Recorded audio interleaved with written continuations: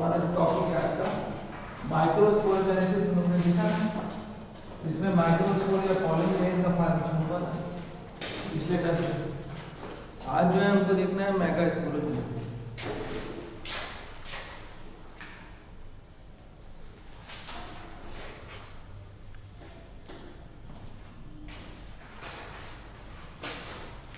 Megasporogenesis में female reproductive part यानी ovule का फॉर्मेशन।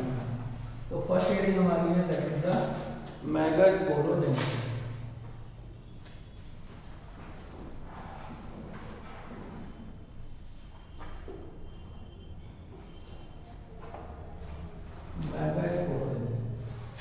अब मेगास्पोरोजेनेसिस में मतलब होता है मेगास्पोर का फॉर्मेशन।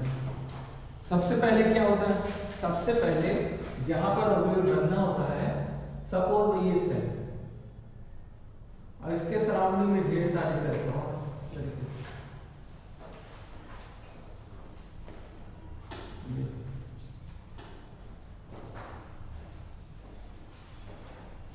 इस सेल को आप क्या कह देंगे? ये सेल थोड़ा सा डार्क हो जाएगी कलर में, इसको हम लोग कह देंगे आर्किस्पोरियल सेल। ये सेल जो है थोड़ा डार्क हो जाएगी, इसको हम कहेंगे आर्किस्पोरियल सेल। अब आर्किस्पोरियल सेल ने ये डिसाइड किया कि ये जाके ओव्यूल में कन्वर्ट हो। तो नेक्स्ट डायग्राम क्या बनेगा? नेक्स्ट डायग्राम बनेगा ये जो सेल है ये 2n, ठीक है, और ये जो सेल है वो कन्वर्ट हो जाएगी megaspore mother cell. Megaspore mother cell में ये कन्वर्ट हो जाएगी। तो यहाँ पर ये जो सेल है ये देखिए, ये न्यूक्लियस वाली सेल है, ये यहाँ पर मेगास्पोर मदर सेल में कन्वर्ट हो जाएगी, थोड़ा डार्क हो जाएगी और इसको कहेंगे हम लोग मेगास्पोर मदर सेल। अब मेगास्पोर मदर सेल भी जो है डिप्लाइड होती है,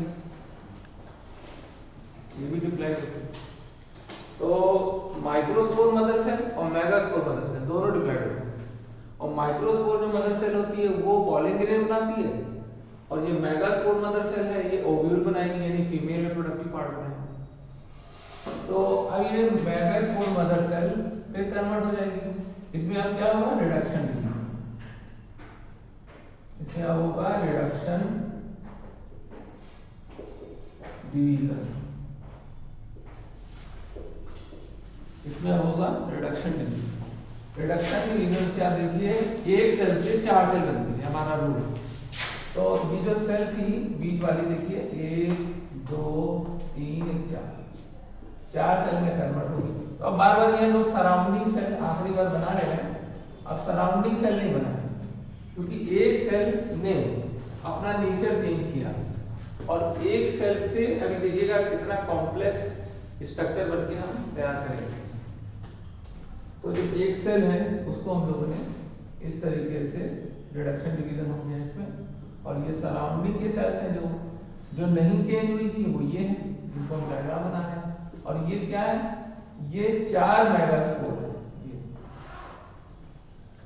4 मेगास्पोर मदर सेल से 4 मेगास्पोर का फॉर्मेशन हुआ मेगास्पोर। और ये मेगास्पोर होते हैं n, यानी कि एक 2n की सेल थी डिप्लॉयड और उससे 4 मेगास्पोर का फॉर्मेशन। अब चारों जो है n, ठीक है। अब इस 4 में देखिए 1 2 3 ये डिजेनरेट हो जाएगा, तो इसमें क्या होगा? 3 ऑफ चलजल है। अब चलजल क्या होता है? हम लोग डायग्राम बनाएंगे तो देखिए चलजल एंड डिजेनरेट हो जाएगी, एक बचेगी। तो सपोज ये वाली बची, फंक्शनल हुई, तो ये जो है फंक्शनल रहेगी, फंक्शनल होगी, और बाकी जो है डिजेनरेट रहेगी। तो ये फंक्शनल मेगास्पोर्स है, फंक्शनल मेगास्पोर सेल। बस यही मेगास्पोरियल जेनेसिस यहां तक हो गया, मेगास्पोर का फॉर्मेशन हो गया। अब इसके बाद क्या होगा, इसके बाद ओव्यूल का फॉर्मेशन होगा। तो मेगास्पोरियल जेनेसिस में मेगास्पोर तक की बात होती है, जैसे कि हम लोग इंटर में क्वेश्चन पूछा था तो हम लोग यहीं तक बना के छोड़ सकते हैं। लेकिन इसमें आगे क्या होगा, आगे देखिए आगे क्या होगा, ये एक न्यूक्लियस है इसका।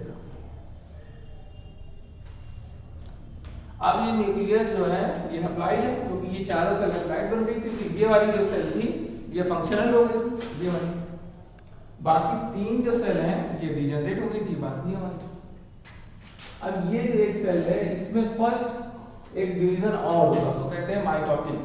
इसमें n से 2 n बनता है, इसको कहते हैं माइटोटिक, इसको कहते हैं माइटोटिक।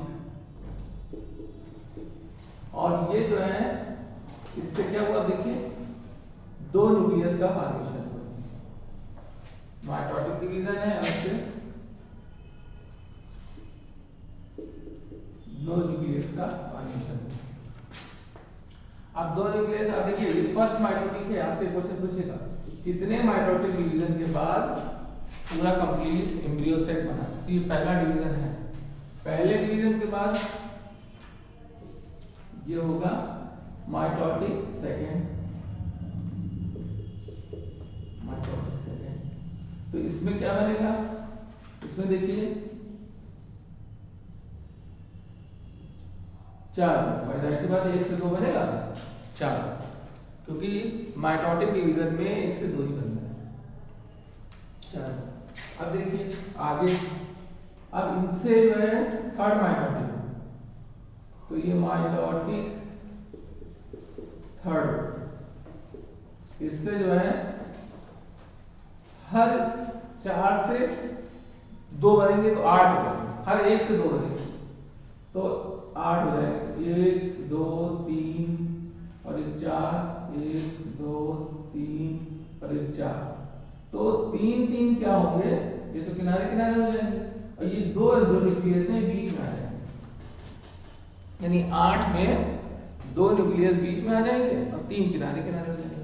तो अब ये देखने में क्या है, ये थर्ड माइटोटिक हो गया, यानी कि 3 माइटोटिक के बाद एक न्यूक्लिएटेड स्ट्रक्चर बन गया, एक न्यूक्लिएटेड स्ट्रक्चर है, इसको कहते हैं एक न्यूक्लिएटेड स्ट्रक्चर, एक न्यूक्लिएटेड एम्ब्रियो सेल, ये बन गया। इसके बाद फिर क्या है, फिर देखिए ये 3 जो थी ये ऊपर जाके इस तरीके से लग गई, नीचे की भी जो थी ये ऐसे, ये इसके साथ लग गया, ये एक्सेल की तरह हो गया, और ये देखिए बीच में जो सेल थी ये इसमें 2 न्यूक्लियस हो गए, ये ऐसे अरेंज है, ये ऐसे अरेंज है। तो अब इसमें आप देखिए ध्यान से, न्यूक्लियस कितने हैं, 1 2 3 4 5 6 7 8, और सेल कितनी है, 1 2 3 4 5 6 7, इसको क्या कहेंगे, 7 सेल 8 न्यूक्लिएट एम्ब्रियो सेल।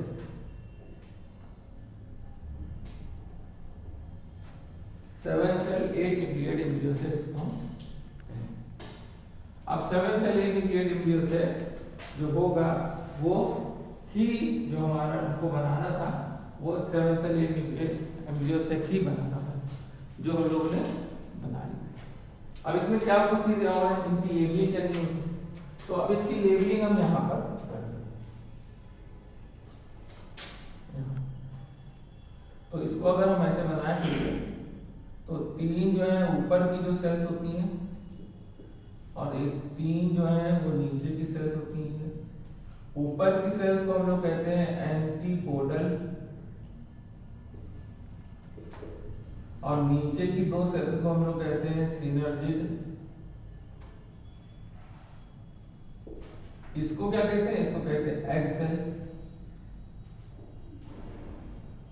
और ये जो बीच की है इसको कहते हैं पोलर न्यूक्लियाई। पोलर न्यूक्लियाई आप जानते हैं। और ये सेल जो होती है इसको कहते हैं सेंट्रल सेल। अब इसी में से क्वेश्चन हो आपसे पूछेगा। सेंट्रल सेल, सेंट्रल सेल जो होती है वो लार्जेस्ट होती है। सेंट्रल सेल जो होती है वो लार्जेस्ट होती है। तो ये हमारा जो एम्ब्रियो सेट है ये एम्ब्रियो का सेट है, यानी इसमें ये एग जो है जाइगोट बनाएगा और ये जो है ये पोलर न्यूक्लियस, इसे डेफिनेटली न्यूक्लियस भी कहते हैं, ये बनाएगा एंडोस्पर्म। ठीक है, तो इसको कहते हैं हम लोग पोलर न्यूक्लियाई या इसको कहते हैं डेफिनिटिव न्यूक्लियस।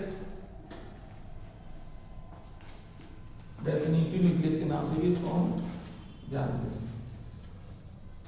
या टू एंड न्यूक्लियस या डिप्लॉयड होता है। क्यों? एक इसका एंड और एक इसका एंड, दोनों मिल जाएगा तो डिप्लॉयड हो जाएगा। डिप्लॉयड यानी टू एंड। तो इस तरीके से मैं अरेंजमेंट हो। अब इसको हम लोग क्या कहते हैं? 7 सेल जो वहां लिखा था, और दूसरा नाम 8 न्यूक्लियस। न्यूक्लियस तो 8 ही, 8 nucleus embryo cell. Embryo cell. और इसका दूसरा नाम क्या है? मोनोस्पोरिक। मोनोस्पोरिक क्यों कहा मालूम? ये जो एक ही स्पोर फंक्शनल हुआ था ना, इसी से देखिए एक इसी न्यूक्लियस से ये न्यूक्लियस था, ये इससे 2, 2 से 4, 4 से 8, 8 से पूरा बना। तो अगर ये एक जो न्यूक्लियस पूरे को बना है तो उसको कहते हैं मोनोस्पोरिक। कभी कभी ऐसा भी होता है ये और ये दोनों मिलके पूरा स्ट्रक्चर बनाते हैं, उसको कहते हैं बाइस्पोरिक। तो मोनोस्पोरिक एम्ब्रियो सेल इसको हम कहते हैं। 7 सेल एक न्यूक्लियस एम्ब्रियो सेल है। और इसका दूसरा नाम क्या है? That is the Polygonum. Polygonum type of embryo cell. Polygonum type of embryo cell के नाम से इसको हम जानते हैं। तो ये सबसे मेन पार्ट है sexual reproduction of flower. Main इसलिए है क्योंकि इसमें आप देखिए एक सेल जो अपने को बदल के डार्क हो जा रही है, उसे आर्किस्पोरियल कह देते हैं। आर्किस्पोरियल इनिशियस भी कहते हैं इसको हम लोग। ये अकेले एक सेल देखो कितना कॉम्प्लेक्स स्ट्रक्चर बना के तैयार कर रही है। और इसी को प्रोसेस को हम लोग मेगास्पोरोजेनेसिस में या फॉर्मेशन ऑफ एम्ब्रियो सेट में पढ़ते हैं। ठीक, तो ये पूरा कायदे से आप लोग डायग्राम बना लीजिए, फिर इसमें बोल के थोड़ा सा इसकी थ्योरी आपको दिखाऊंगा।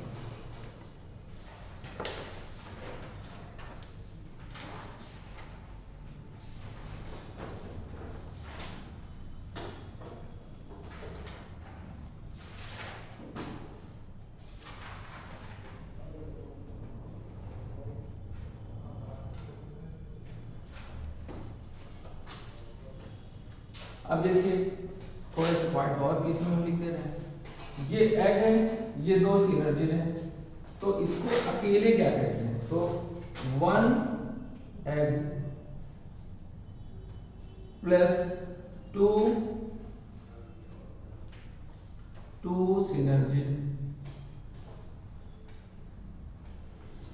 इसको हम लोग कहते हैं एग एपरेटस।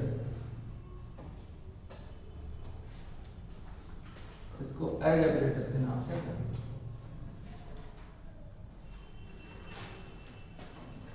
एग एपरेटस के नाम से इसको हम।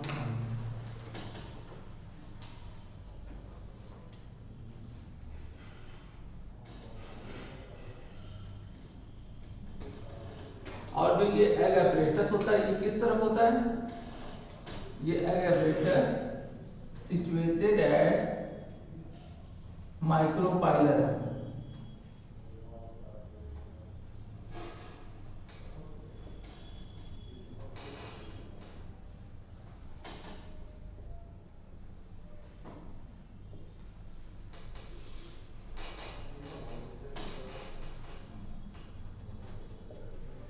situated at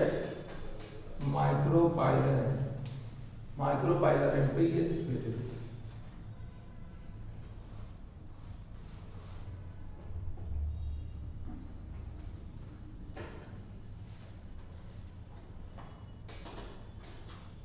और दूसरी चीज क्या है, एंटीपोडल।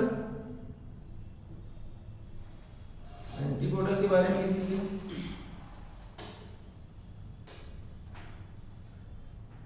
एंटीपोडल ये 3 होती हैं, सारी हैप्लाइड होती हैं और सिचुएटेड होती हैं चले चले situated at Chalazel and ये Chalazel end पे situated है।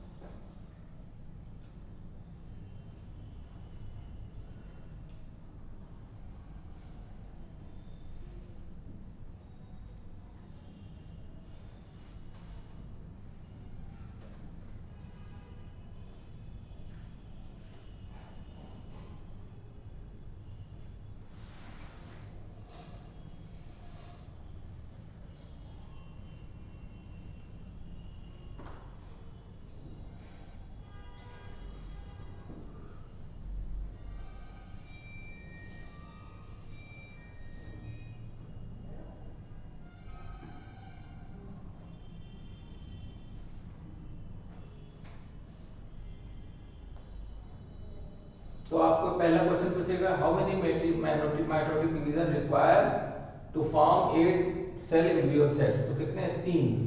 देखिए पहले से 2 बना, 2 से 4। और इससे पहले टोटल डिवीजन अगर कहता है तो ये भी है पहला, तो 4। तो पहला मियोटिक है और उसके बाद फिर जो है वो 3 माइटोटिक है। तो टोटल नंबर ऑफ डिवीजन कितने हुए? 4। और माइटोटिक अकेले कितना हुआ? 3।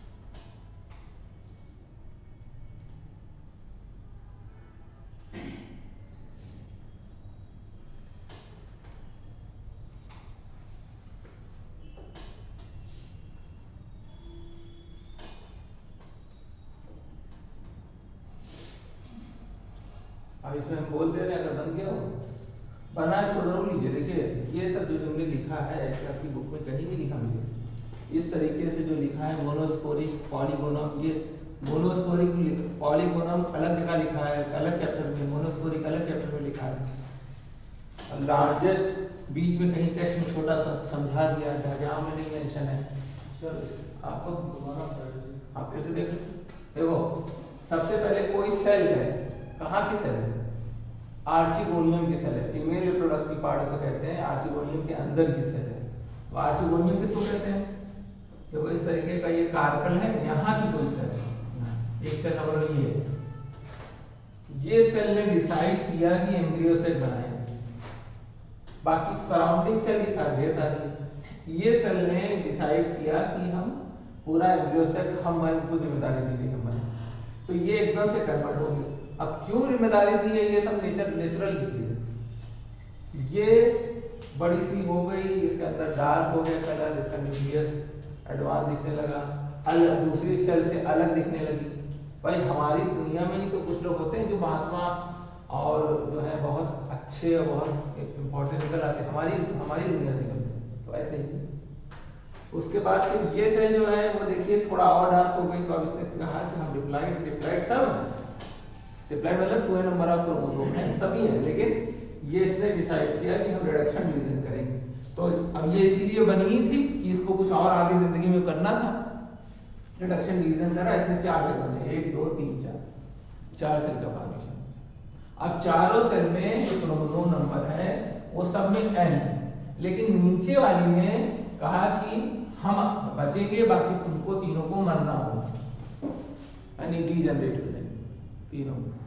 उसके बाद क्या हुआ, जब 3 डीजनरेट हो गए, 3 ऑफ द चैलेंजर है। अब चैलेंजर में क्या है, एम्ब्रियो सेक बना, पूरा एम्ब्रियो बनाएंगे, पूरा ओव्यूल बनाएंगे, तो उसमें चैलेंजर पता लगेगा। तो एक जो है ये बची, तो एक न्यूक्लियस ही बचा। अब ये न्यूक्लियस ने ये डिसाइड किया कि माइटोटिक डिवीजन करेंगे, और माइटोटिक डिवीजन से 2 बनाएंगे, तो ये n थी, ये न्यूक्लियस जो है ये n है, और ये जो 2 बना ये n, दोनों n n बना। अब रिडक्शन डिवीजन नहीं हो सकता है, रिडक्शन डिवीजन n में नहीं होता है, n/2 नहीं होता है, 2n में होता है, तो 2n से n बन जाता है। तो ये हमारा जो है कन्वर्ट हो गया, ये इससे 2 बना, देखो ये 2, इससे 2 बना, ये 2, ये इतनी बात हो गई। फिर एक बार डिवीजन हुआ, डिवीजन जब होता है तो सब में होगा, चारों में, तो चारों में हो तो ये 8 न्यूक्लियस उसी के अंदर हो रहा है। ये साइंटिस्ट ने होते हुए देखा अंदर, हर स्टेज के माइक्रोस्कोप से स्टडी करी, तब उन्होंने पाया कि ये तो 4 हो गए, 4 से 8 हो गए, तो ये बढ़ता जा रहा है, तो और इंटरेस्टिंग होता कि आगे देखते गए। फिर देखा कि 3 सेल ऊपर जाके सेट हो गए, 3 सेल नीचे जाके सेट हो गए, और 2 सेल बीच में आ गए। अब जब 2 सेल बीच में आ गए, ये 2 न्यूक्लियस, ये दोनों आपस में फ्यूज हो गए, तो 2n फिर से हो गया। तो ये n है, ये n है, ये n है, ये n है, ये n है, ये n है, लेकिन ये 2 है, बात समझे? उसके बाद क्या हुआ, ये 2n हो गया। अब ये इतना ही बनाना था हमको, ये इसीलिए अपने को बदला था कि ये बना, तो इसको क्या कहेंगे, 1 2 3 4 5 6 7 सेल है, न्यूक्लियस कितने हैं, 1 2 3 4 5 6 7 8, इसका नाम रख दिया 7 सेल 8 न्यूक्लियस, 8 न्यूक्लियस वाली एम्ब्रियो सेल। अब इसकी डिफरेंट टाइप की सेल्स के भी नाम रख दिए गए, तो जो चैलेंजर एंड वाली थी उसको एंटीपोडल कह दिया, जो नीचे थी उस पूरे को एग एपरेटस कह दिया, जिसमें नीचे की 2 हैं इनको सिनर्जिड का सहेली सेल कहते हैं। और ये जो स्ट्रक्चर देख रहे हैं किधर में बनाया है, इसको क्या कहते हैं, फिलीफॉर्म एपरेटस, फिलीफॉर्म एपरेटस कहते हैं।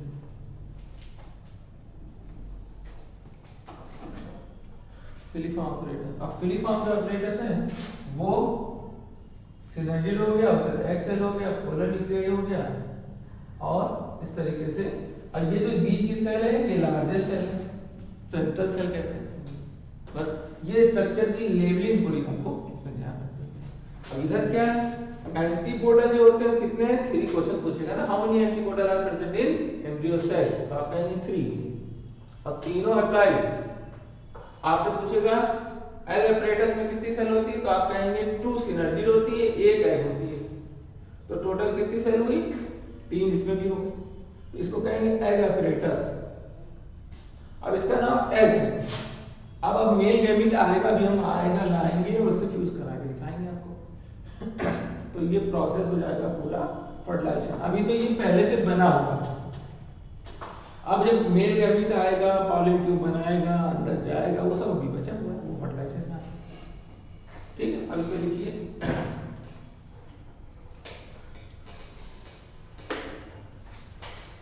one cell in the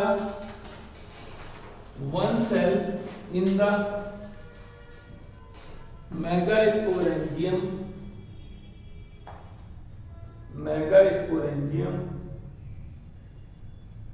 are converted into archisporial cell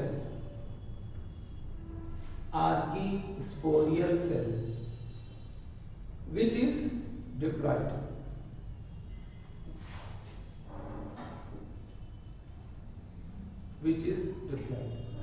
तो एकदम से कुछ इसके अंदर ऐसा हो गया कि एक सेल कन्वर्ट हो गई, क्योंकि यहीं पे इसको बनना था।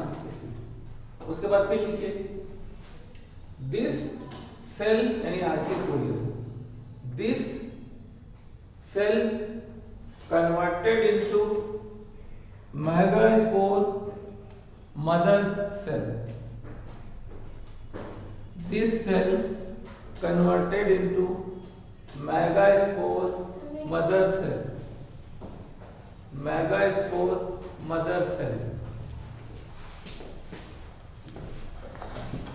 Which on reduction division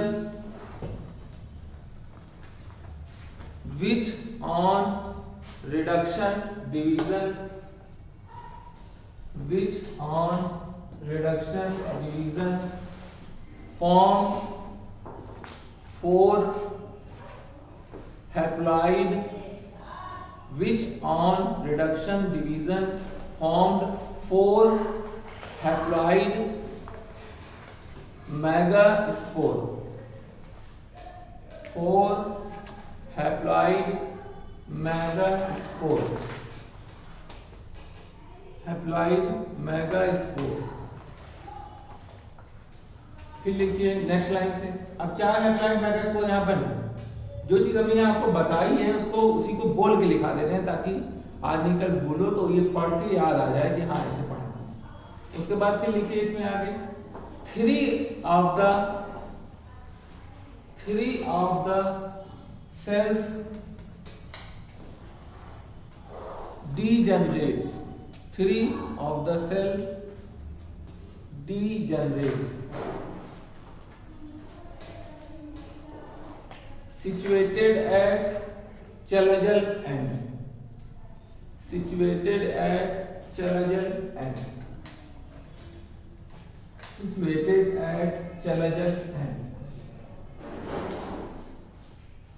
But one at micropylar end.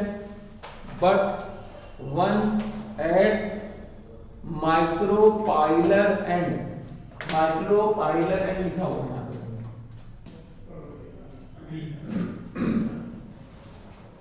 ये one at micropylar end become functional.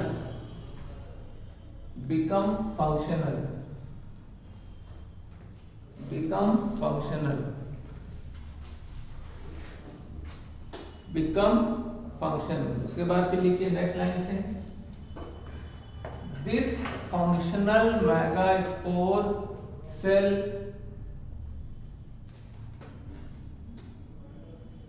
undergo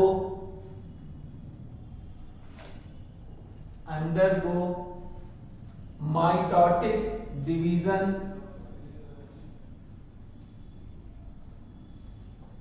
1,2 undergo mitotic division 1,2,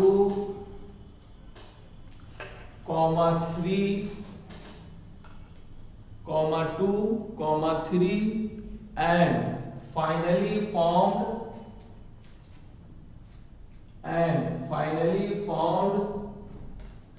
8 nucleated embryo cell, and finally formed 8 nucleated embryo cell.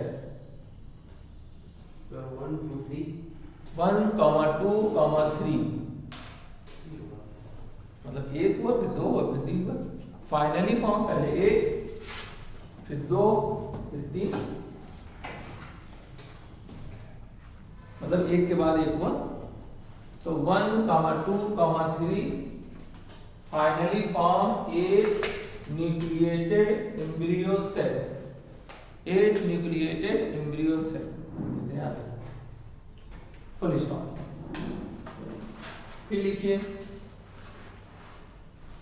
3 nucleus goes at the chelazal end,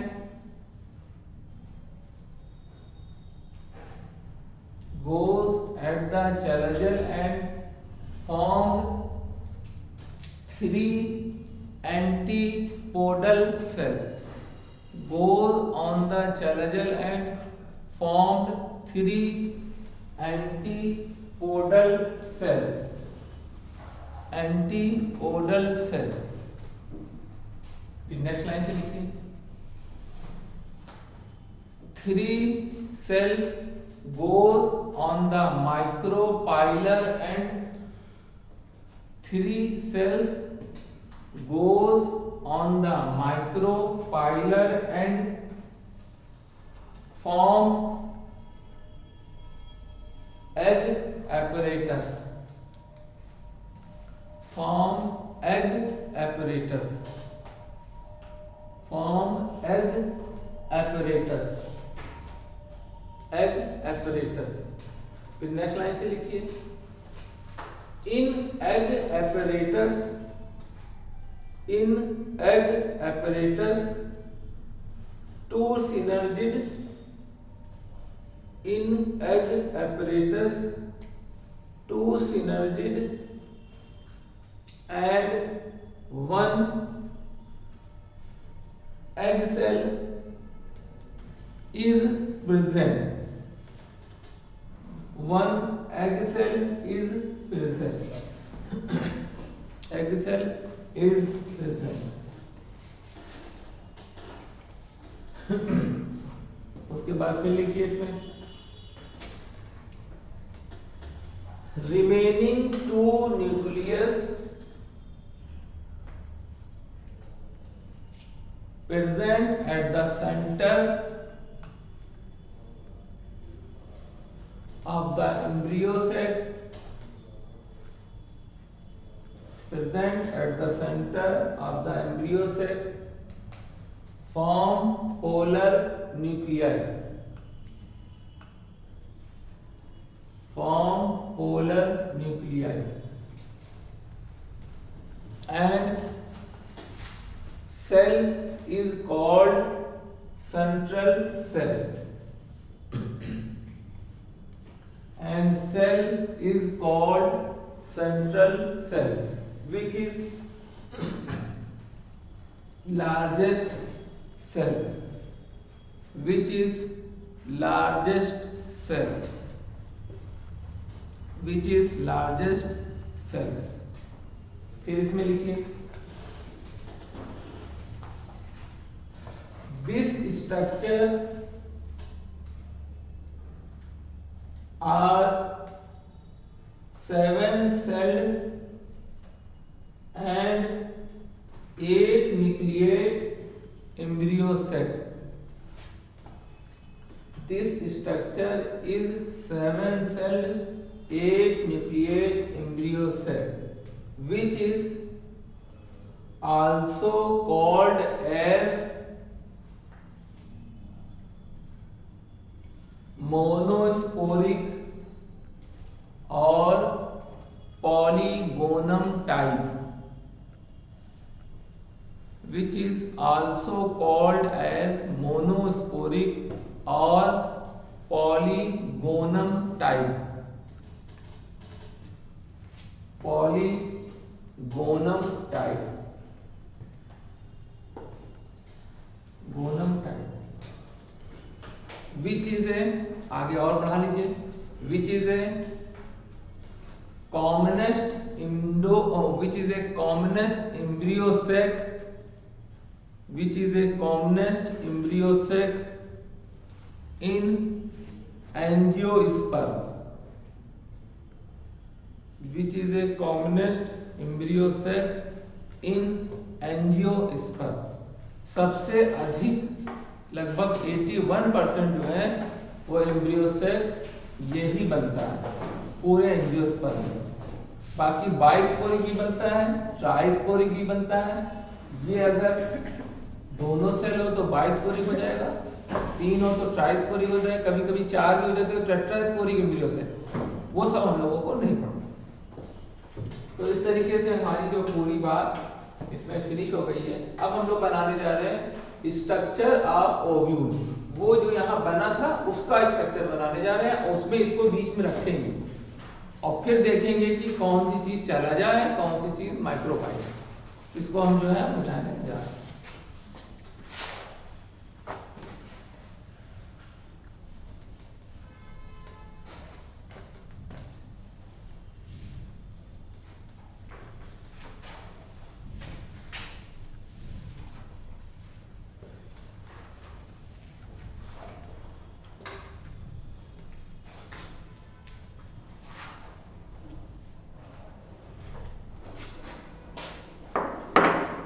अब जो structure हम बनाने जा रहे हैं that is the structure of ovule.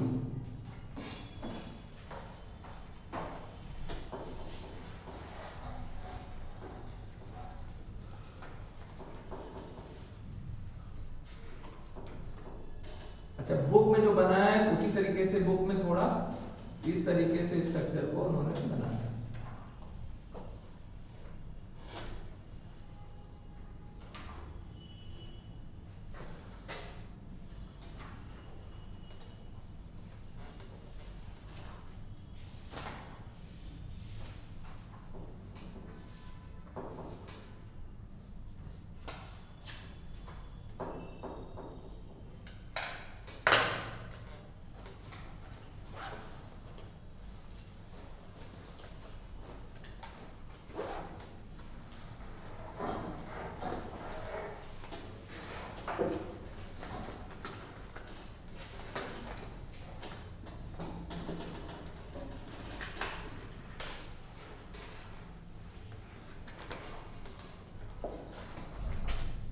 अब ये जो इंटेगुमेंट देख रहे हैं ना, यहाँ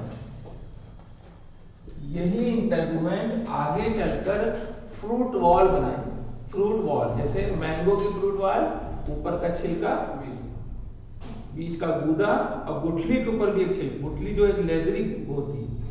तो 3 जो लेयर हैं ये तीनों इसी से बने, outer integument, inner integument and middle integument. Middle वाले बीच वाला,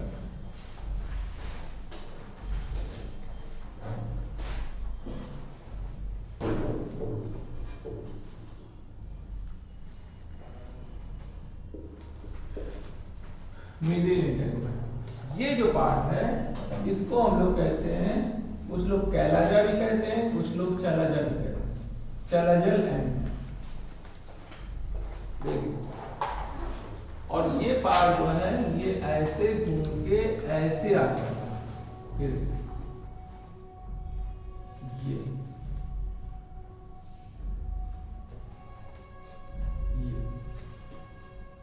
तो इस खांचे को कहते हैं हिलम। हिलम और कहां पड़ा था? हिलम। और ये क्या है? This is the micropyle, micropylar and. देखिए, माइक्रोपाइलर एंड से ही सीड जब बनता है ओव्यूल, तो माइक्रोपाइलर एंड से ही गैस अंदर जाती है। किसी भी सीड में आप हमेशा छेद पाएंगे, पूरा कंप्लीट पैक नहीं होगा।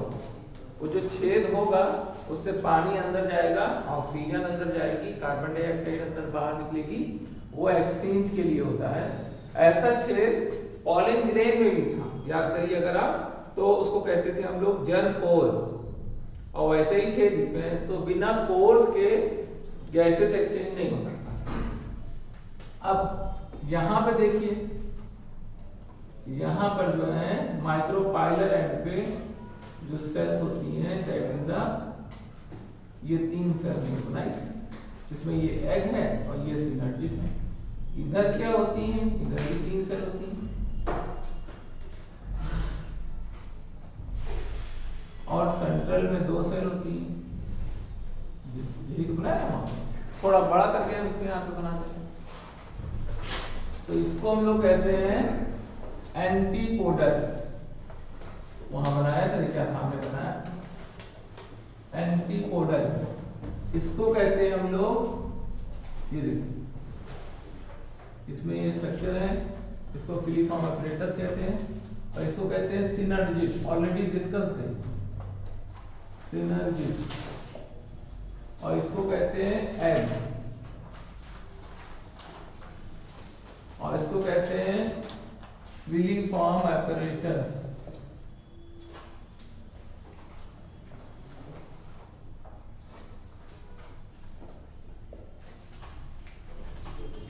और इसको कहते हैं हम लोग पोलर न्यूक्लियाई। एज यूजुअल जो वहां कहा था वही चीज हम यहाँ पे वापस लिख दे रहे हैं, पोलर न्यूक्लियाई।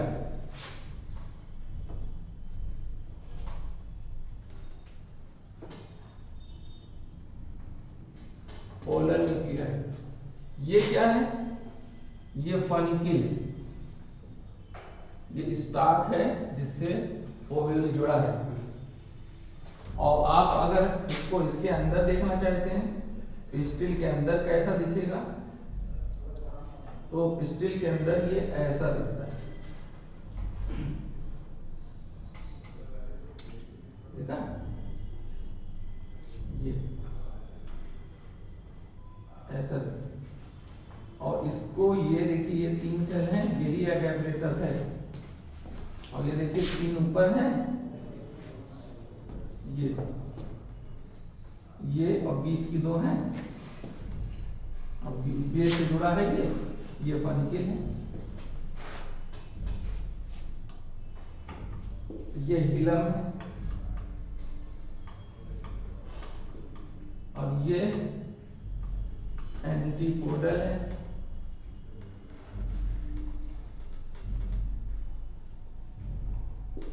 एंटीपोडल है।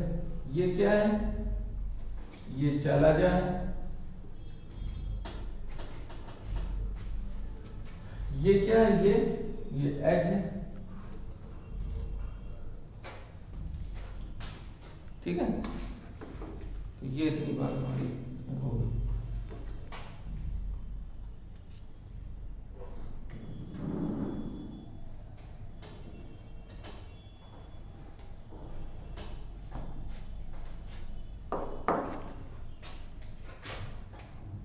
इसको जल्दी नोट कर लीजिए।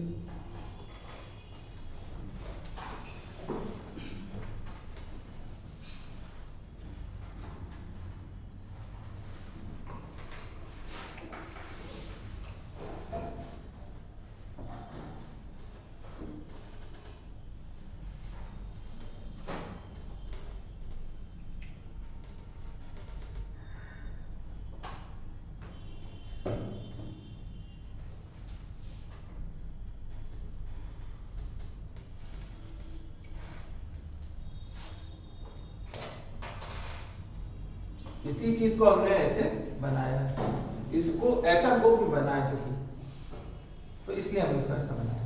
और ऐसा जो है हम लोग समझाने के लिए ऐसा बनाते हैं, ताकि ये तो पता चले ये किसके अंदर है। और इसके बारे में आपको पता है बहुत अच्छे से, इसके बारे में तो सभी को पता है कि स्टिग्मा है, हाँ इस पे ही तो आता है पॉलन ग्रेन, ये स्टाइल है, और ये बेसल स्वेलन ओवरी, याद रखिएगा, सिचुएटेड ऑन द थैलेमस। तो ये थैलेमस होता है, ये एक ऐसा होता है, इसको कहते हैं हम लोग रिसेप्टिकल, सब नोट कर लीजिए, सब मिलेगा नहीं आपको, हम बता दें एक जगह तो कुछ भी नहीं मिलेगा। और इतना ज्यादा हम लोग मेहनत कर नहीं पाते कि सब जगह से ढूंढ ढूंढ के एक एक चीज कलेक्ट करें, नोट्स बनाएं, सबकी मेहनत करते नहीं। इसलिए जो है इसका फायदा उठाइए आप। रिसेप्टिकल इसको कहते हैं थैलेमस।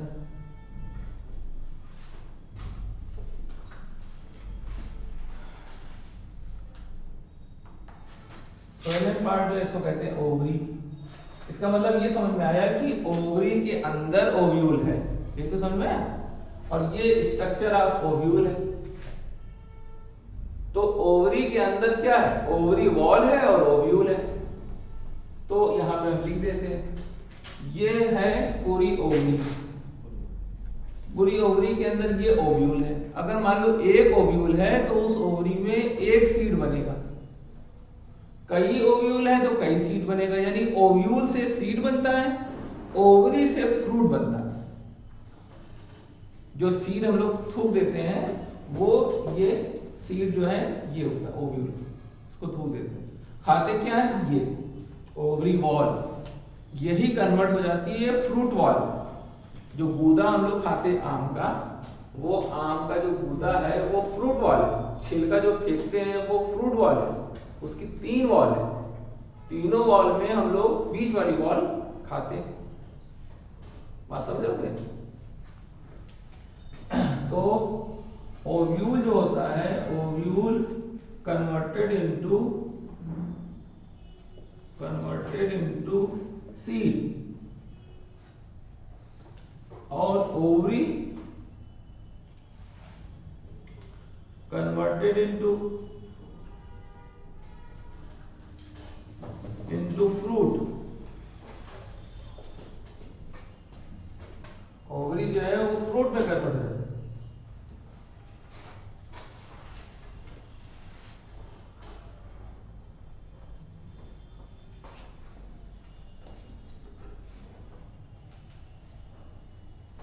हेलो, हाँ बताओ। हाँ हाँ ले आओ।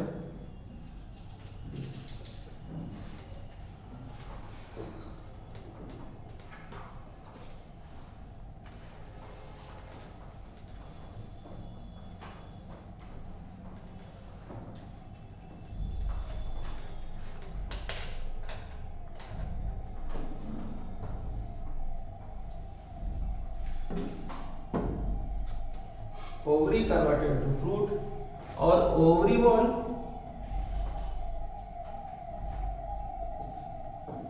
Converted into fruit wall.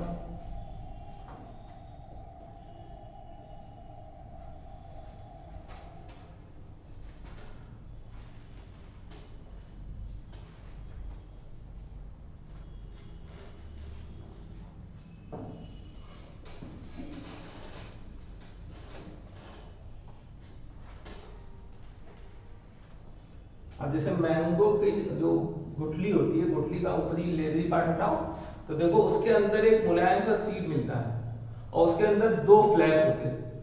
इसका मतलब मैंगो डाइकॉट। तो वो अंदर की जो गुठली होती है उसको भी कुछ लोग खाते हैं या कुछ लोग उसका भी कुछ बनाते हैं अंदर की गुठली का। तो फूड सब में है, न्यूट्रिशन सब चीज है। वो बात अलग है हमारी जबान और टेस्ट के हिसाब से हम चीजों को चॉइस करते हैं, अदरवाइज गुठली भी फूड है। अब भाई देखिए, हम लोग अनाज खाते हैं, तो अनाज क्या है? अनाज जैसे गेहूं, जैसे चावल। तो जो अनाज होता है वो है सीरियल्स होता है, और वो फ्रूट होता है, वो सीड नहीं होता है। केवल सीड नहीं होता है, फ्रूट में तो सीड हो गई अंदर, लेकिन वो फ्रूट होता है तो उसमें हम लोग कुछ नहीं छोड़ते। और आम में फ्रूट वाली से खाते हैं, गुठली छोड़ देते हैं, ये तो करते हैं। और भी बीच वाली फ्रूट वाली खाते हैं। और कोकोनट में जो है हम लोग बीच वाली जो होती है फाइब्रस, वो ब्राउन कलर की जो होती है वो तो खा ही नहीं सकते हम। उसके अंदर का जो इंडोस्पर्म होता है, सीड के अंदर का पार्ट खाते हैं, यानी कुल मिला के सीड खाते हैं उसका। तो सब जगह पे जो एडिबल चीज है वो अलग अलग चीज हम लोग खाते हैं। ऐसा नहीं कि जो है कह दिया कि ये फ्रूट है तो फ्रूट पूरा फ्रूट खा लिया, जो उसमें टेस्टी होगा, न्यूट्रिशियस होगा और बनाना निकालना आसान होगा, उसको हम लोग प्रेफर करेंगे। तो फ्रूट का ये मतलब नहीं, फ्रूट बायोलॉजी बॉटनी के पॉइंट ऑफ व्यू से वो पार्ट जो फर्टिलाइज होने के बाद अंदर सीड रखता हो और उसकी जो फ्रूट वाल हो या कोई भी पार्ट उसका फ्लैशी हो जाए, तो उसको हम लोग कहते हैं राइपेंड ओवरी, पकी हुई ओवरी फ्रूट है। अब फ्रूट का ये मतलब नहीं कि जो खाएं वो फ्रूट है। फ्रूट का मतलब पकी हुई ओवरी, पकी हुई मतलब जिसमें फर्टिलाइजेशन हो गया है, फर्टिलाइजेशन के बाद उसकी जो ओवरी वाल है वो पक गई है, जूसी हो गई है, टेस्टी हो गई है, तो उसको हम लोग कहेंगे फ्रूट। हो सकता है ना भी हुई हो, जैसे अनाज जूसी टेस्टी कहाँ हो, फिर भी हम लोग अनाज सबसे ज्यादा खाते हैं। देखा है गेहूं और चावल से ज्यादा कोई चीज खाते हो? कोई चीज नहीं खाते हो, सबसे ज्यादा हम लोग उसी को खाते हैं। तो फ्रूट का जरा सा ध्यान देना। अब जैसे एप्पल है, अब एप्पल में जो मेन फ्रूट होता है वो अंदर होता है और उसके ऊपर का जितनी जो जो जूसी पार्ट है, जो एडिबल है, वो हम बनता है थैलेमस से, मतलब थैलेमस इससे बन जाता है वो। ये पूरा हिस्सा बनना चाहिए ना फ्रूट में, तो ये हिस्सा नहीं, इससे बन जाता है वो जो हम लोग खाते हैं उसमें मेन। और मेन फ्रूट को जिसके अंदर सीड होते हैं उसको निकाल के फेंक देते हैं, बीच वाला हिस्सा निकाल के फेंक देते हैं। तो खाना अलग चीज है। खाने का मतलब ये नहीं कि जो बायोलॉजी की डेफिनेशन है फ्रूट की वो है कि राइपेंड ओवरी, पकी हुई ओवरी। आप उसको खाएं या ना खाएं वो आपके ऊपर है। ठीक है, तो ये थी बात हमारी। ये पॉइंट जरूर नोट कर लीजिएगा, बहुत इंपॉर्टेंट है। अब एक पॉइंट हमें इसमें लिखाना है कि लिखिए, इसको बनाने के बाद लिखना, बना लीजिए।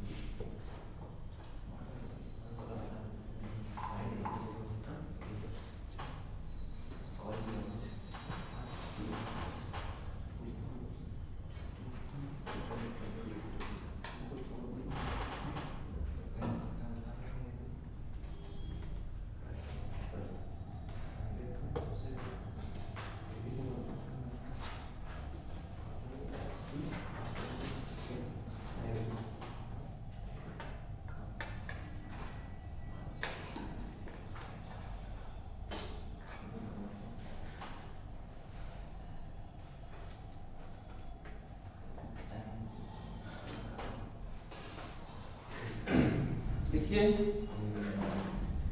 Micropylar and is the opening, micropylar and is the opening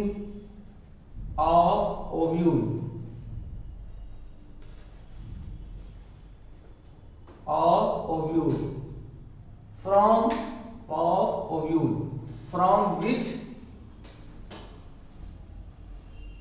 gaseous exchange,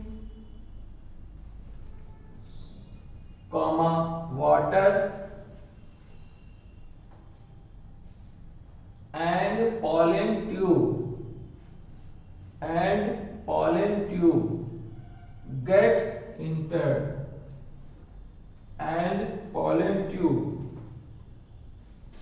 get entered.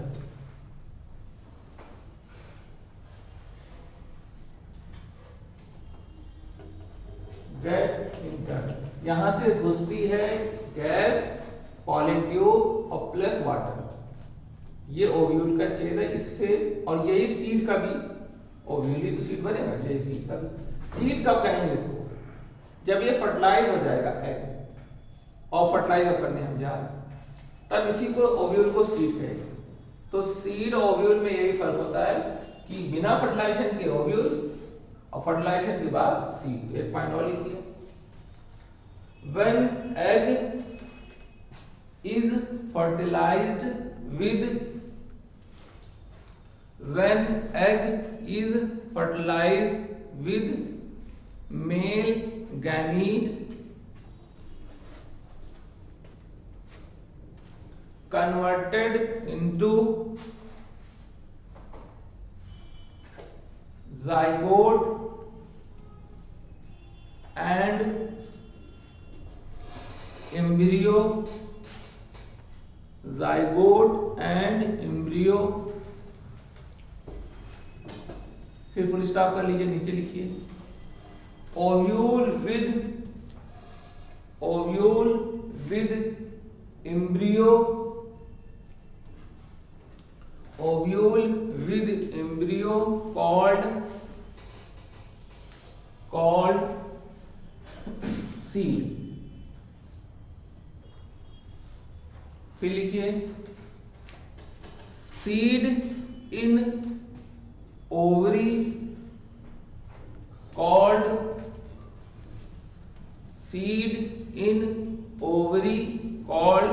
Fruit,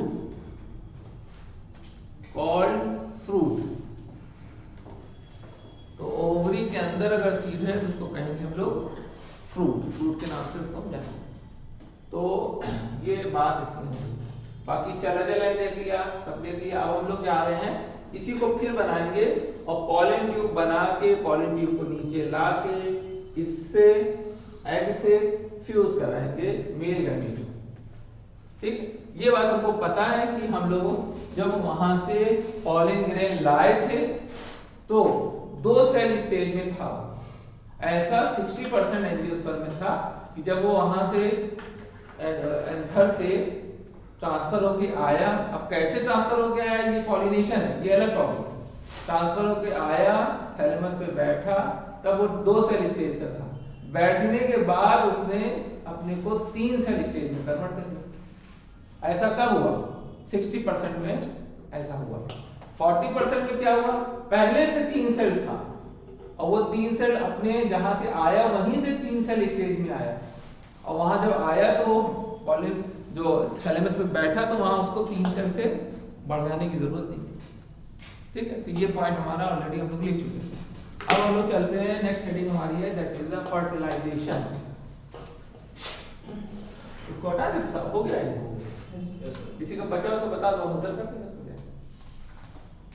fertilisation,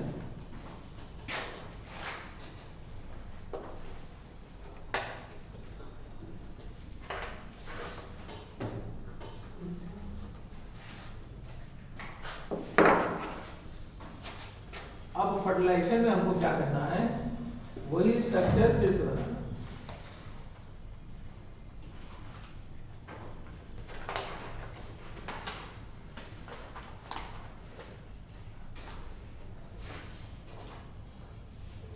अब ये हमारा जो है पॉलन ग्रेन,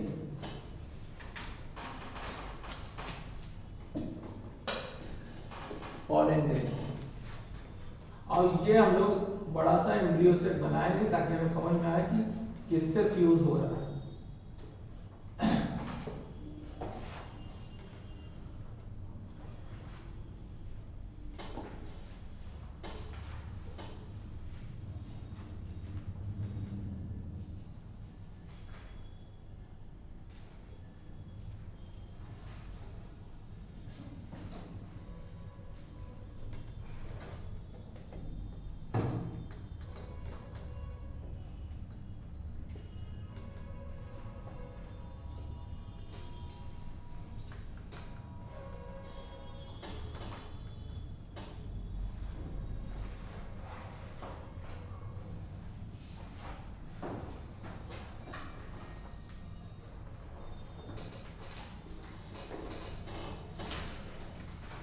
अब ये पॉलन ट्यूब हमने यहाँ रखा इसको, ये पॉली ट्यूब बनाया, ये पॉली ट्यूब ऐसे बन गई।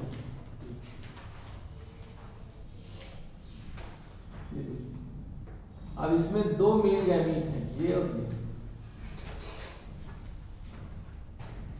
पॉलन ट्यूब में दो मेल गैमीट होते हैं। अब दोनों मेल गैमीट जो हैं वो नीचे उतर रहे हैं। अब उनके पास ऑप्शन है, अगर ये इस एंड से अंदर घुस जाएंगे तो ऐसे को कहेंगे हम लोग चलाजोगैमी, यानी चलाजल से पॉलन ट्यूब घुस गई, उसको मोड़ने की जरूरत नहीं लगी, तो इसको कहेंगे अगर ये चलाजल एंड से एंट्री करता है, एंड से इंटर होता है, तो उसको कहेंगे हम लोग चलाजोगैमी। ऐसा केजुराइना में होता है, प्लांट होता है। ट्यूब कैसे भी घुसे, फाड़ती हुई घुस जाएगी अंदर ऐसे, या तो फिर ऐसे घुसेगी, यूं आई और इससे अंदर घुस जाएगी इससे। तो अगर इस एंड से घुसेगी तो फ्रॉम दिस एंड अगर घुसेगी तो उसको कहेंगे हम लोग मीसोगैमी। देख लीजिए, सबका नाम अलग अलग है, ये नाम ही की वजह से तो हर चीज इतनी टफ हो गई है, पूरे सिस्टम में हर चीज टफ हो गई कि एक मीसोगैमी भी याद नहीं हुई, चलाजोगैमी अलग से आ गई। और इतने ज्यादा 2 घंटे की क्लास में इतने ज्यादा वर्ड मिल गए कि ये 24 घंटे में ना याद होने वाले जो पहली बार पढ़ा। ये दिक्कत है, बस हम जानते हैं बहुत अच्छे से क्या दिक्कत क्या है, और जब याद नहीं होती दूसरे दिन वो चीज समझ में नहीं आती तो फिर मन हटने लगता है, और फिर मन हटता है तो फिर आदमी क्लास बंक करता है, और फिर एक दिन ऐसा आता है कि फिर वो आना ही छोड़ देता है। तो शुरुआत यहीं से होती है, शुरुआत होती है कम समझ में आने से होती है। अब कम समझ में आने का टीचर का काम क्या है, बहुत ज्यादा धीरे धीरे हर चीज बहुत अच्छे से बताए, वो कर सकता है, लेकिन इसके बावजूद भी नहीं समझ में आती है बहुत लोगों को जिनका बिल्कुल नहीं पढ़ा, क्योंकि 2 साल तो कोरोना से निकल गए ना, तो बिल्कुल हमारा माइंड बिल्कुल वैसे ही जंग लगा हुआ माइंड है, बिल्कुल उसमें जरा सी शार्पनेस है नहीं। और वो थकते थकते रोज आएगा, थकेगा 4 घंटा थकेगा, फिर भी समझ में नहीं आया, सोचता है फिर अब जाने ही दो, अब हमें बस का नहीं है। ये हो गया। तो फ्रॉम दिस एंड मीसोगैमी, यहाँ से अगर जाएगा पॉलन ट्यूब, तो यहाँ से अगर जाएगा, सपोज ये जाएगा, तो इसको कहेंगे हम लोग मीसोगैमी।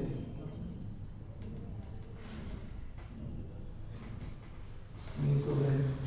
और यहाँ से अगर नहीं जाएगा, सपोज आगे से बढ़ गया, तो सपोज वो आगे से अगर बढ़ेगा तो कैसे बढ़ेगा, देखिए कि ऐसे बढ़ेगा और ये आएगा और इसमें से घुस जाएगा ये।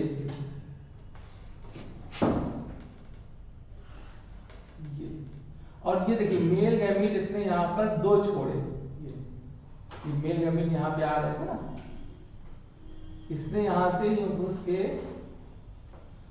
2 छोड़े। बहुत ध्यान से देखिए, ये एग है हमारा, एग को हम लोग कहते हैं वो स्फीयर, वो स्पोर, वो स्फीयर में फर्क होता है। एग अब ये जो मेल गैमीट है ये 2 है, मेल गैमीट ये 2 है। एक मेल गैमीट देखिए ये एक इससे फ्यूज हो जाएगा, और एक मेल गैमीट देखिए एरो देखिएगा, एक मेल गैमीट इससे फ्यूज हो जाएगा, एक मेल गैमीट इससे फ्यूज हो जाएगा। तो मेल गैमीट 2 चीजों से फ्यूज हुआ, दोनों मेल गैमीट। एक तो बीच वाला जो डिप्लॉयड जो जिसको हमने कहा था पोलर न्यूक्लियाई, उससे फ्यूज हुआ, और दूसरा वाला इससे फ्यूज हुआ, बड़े वाले में देख लीजिएगा एक्स से। तो मेल गैमीट जो है वो किससे किससे फ्यूज हुआ उसको हम लोग देखते हैं।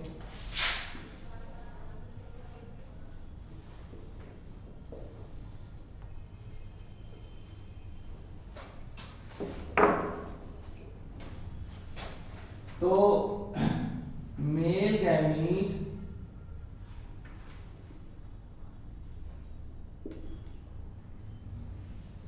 Fuses with polar nuclei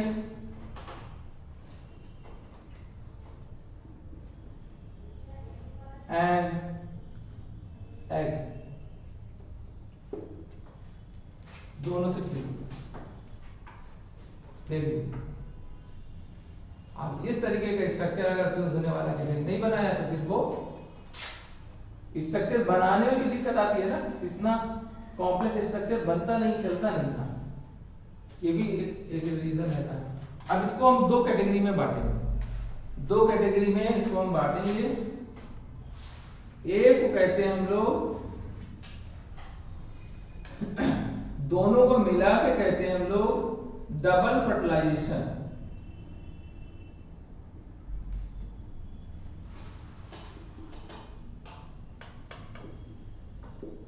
double fertilisation, double fertilisation के दो पार्ट, पहला पार्ट है सिनगैमी और दूसरा पार्ट है ट्रिपल फ्यूजन, नाम है ना।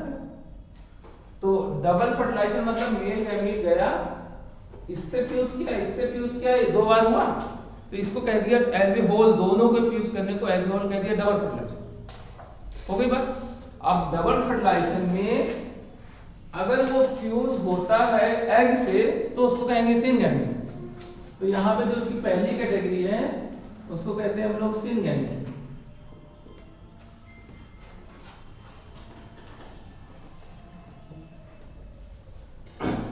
हाँ बता रहे हैं,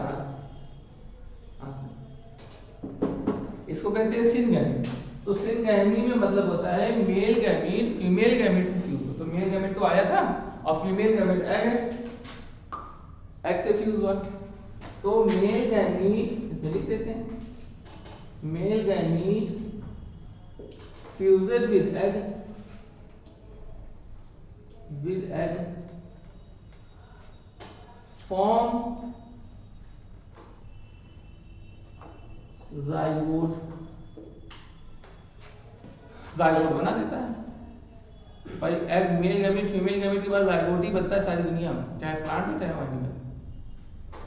यहाँ पे क्या हुआ, यहाँ पे तो मेल गैमीट आया लेकिन किससे फ्यूज होते हैं, पोलर न्यूक्लियाई से। और पोलर न्यूक्लियाई क्या होता है, डिप्लॉइड, जो हम लोग इससे पहले भी लिख चुके हैं, यहाँ भी लिख लेते हैं 2n।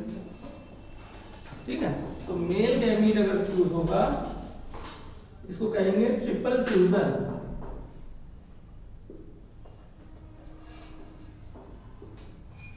तो दूसरा मेल गैमीट होगा ना, वो male gamete fuses with polar nuclei. अब पोलर, ये तो फ्यूज होकर जाइगोट बना दिया था, और पोलर न्यूक्लियाई से फ्यूज होकर तो क्या बनाएगा, इंडोस्पर्म। वही इंडोस्पर्म जो इस जाइगोट को फूड देता रहेगा, खाते रहो और एम्ब्रियो बनाते रहो, नया प्लांट बनाओगे तब तक हम तुमको फूड देते रहेंगे। तो फूड का इंतजाम भी, मतलब किसी को अगर पैकेट में रखा है तो फूड भी ढेर सारा रखना पड़ेगा आपको, वरना बिना फूड के मर नहीं जाएगा जाइगोट। तो पोलर न्यूक्लियाई फॉर्म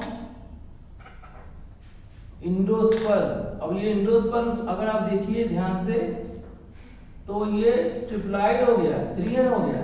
क्यों, एक जो क्रोमोसोम, एक सेट n जो आया मेल गैमीट से आया, दो इसमें पहले से थे, 2n पहले से था, और एक आया मेल गैमीट वाला n। तो ये पूछा जाएगा कि इंडोस्पर्म में क्रोमोसोम का नंबर कितना होता है, तुम कहोगे 3n, और जाइगोट में 2n, क्योंकि जाइगोट में एग के पास n ही तो था पहले, 2n थोड़ी। तो ये बन गया इंडोस्पर्म, फॉर्म इंडोस्पर्म। इतना आप लोग नोट कर लीजिए। अगले मार्क्स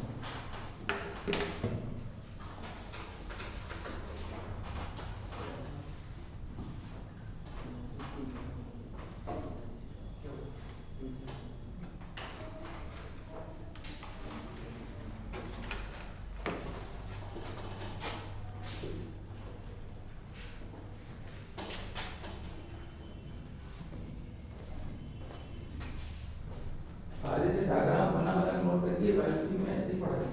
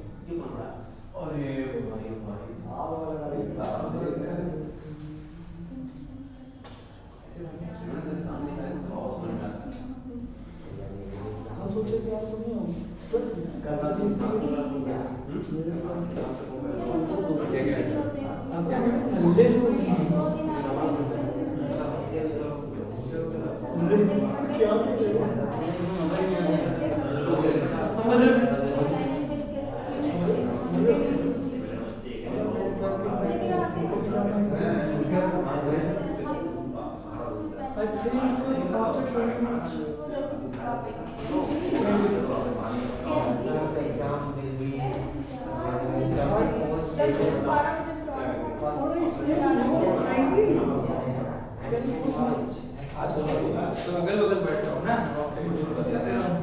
तो लोग आते ही नहीं हो, आओ तो कम से कम कुछ माहौल अच्छा रहे। या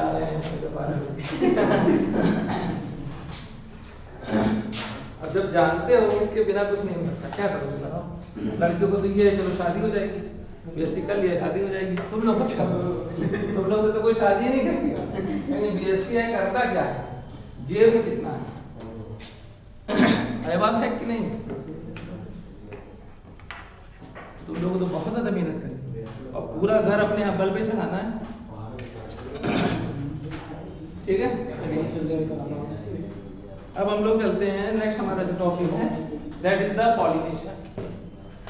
पॉलिनेशन हम लोग पढ़ने इसको हटा दें।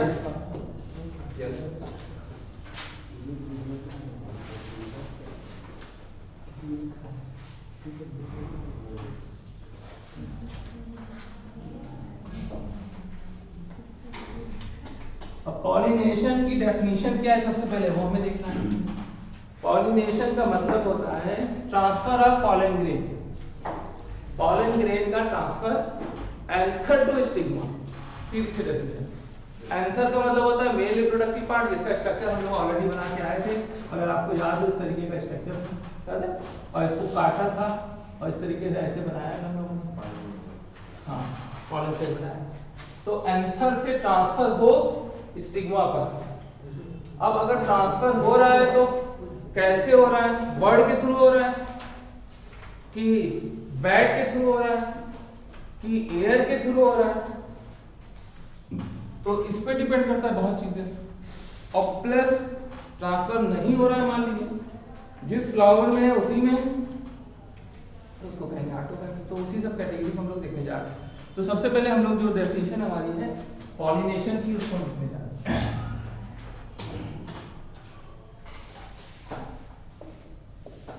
पॉलिनेशन, पॉलिनेशन की जो डेफिनेशन है ट्रांसफर ऑफ एंथर या transfer of pollen grain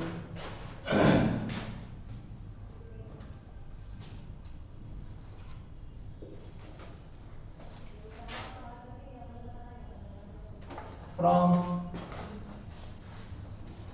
anther to stigma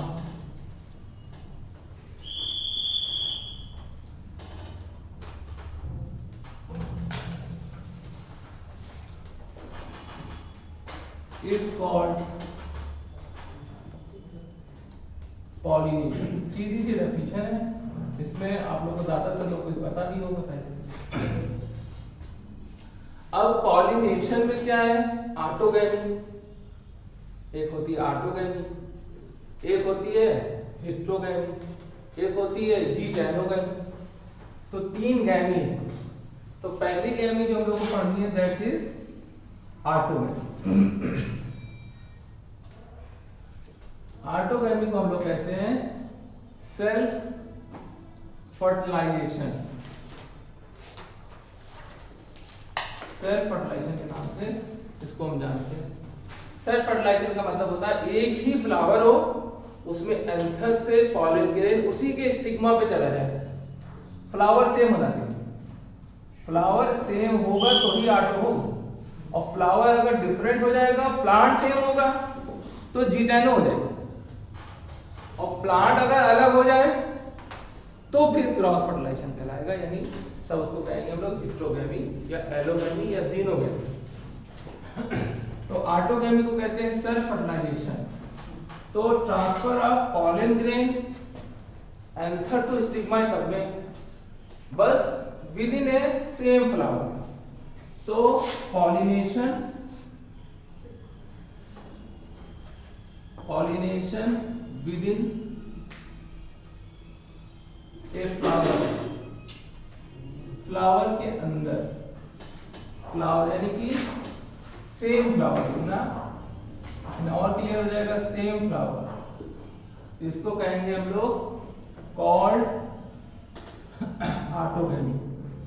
अब ऑटोगैमी में बहुत सारी खराबियां, ऑटोगैमी मतलब अगर आपस में मैरिज हो रही है तो साइंटिफिक हिसाब से बहुत खराबियां उसमें हैं, उसमें डिजीज आएगी, वेरिएशन नहीं होगा और डिफरेंसेस नहीं आएंगे और नई प्रोजेनी, अच्छी पावरफुल प्रोजेनी का डेवलपमेंट नहीं होगा।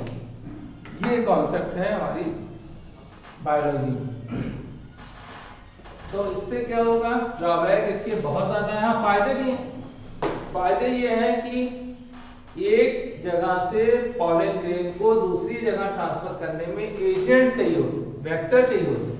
अब वेक्टर कब आएगा, जब फ्लावर बहुत अट्रैक्टिव होगा, तभी वेक्टर उसमें आएगा कि इसके अंदर हमको नेक्टर मिलेगा, हम खा लेंगे तो हम पेट भर जाएगा, फूड के लिए आएगा। तो वेक्टर होगा और नेक्टर के लिए आएगा, यानी कि जूसी जो है उसके अंदर शुगरी सोल्यूशन होता है फ्लावर में। तो नेक्टर की लालच में आएगा, अट्रैक्टिवनेस देख के आएगा, उसमें अट्रैक्टिव बनाना पड़ेगा, एजेंट ढेर सारे का इंतजाम करना पड़ेगा, बहुत कॉम्प्लेक्स प्रोसेस। इसमें कुछ नहीं, इसमें बगल ही में है भाई एंथर, ये स्टिग्मा है और ये बगल में एंथर है, इसी से तो जुड़ना, ठीक है। तो इसको हम लोग कहेंगे, इसमें जो है बहुत इजी है एंड लेस कॉम्प्लेक्स है, और वेक्टर या पॉलिनेटिंग एजेंट नहीं होता है इसमें, pollinating agent does not require, इसमें रिक्वायर नहीं होता है pollinating agent,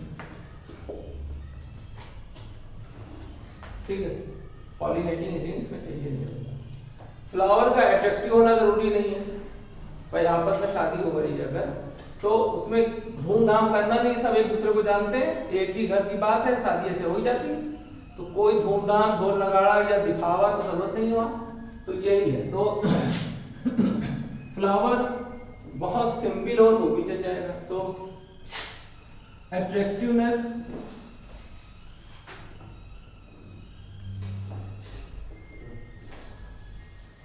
of flower does not require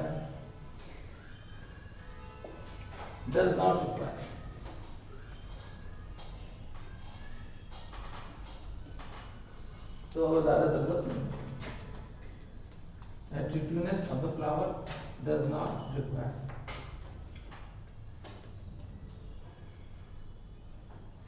और इसका जो ड्रॉबैक है वो सबसे बड़ी चीज है, इसमें वेरिएशन नॉट अकर, वेरिएशन कभी भी नहीं आती है इसमें, और वैरायटी जो होती है धीरे धीरे वीक होती जाती है, वैरायटी बिकम वीक होती जाएगी, धीरे धीरे वो खत्म हो जाएगी, डिस्ट्रॉय हो जाएगी।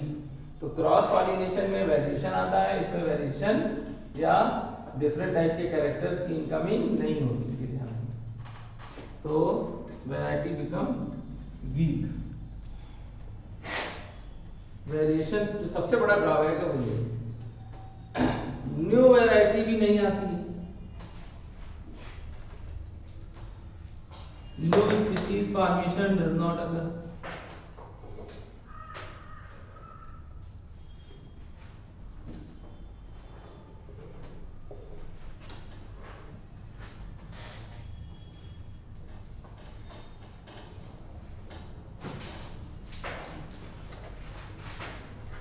नई स्पीशीज का फॉर्मेशन कभी भी इसमें नहीं होता, ये ध्यान रखिए।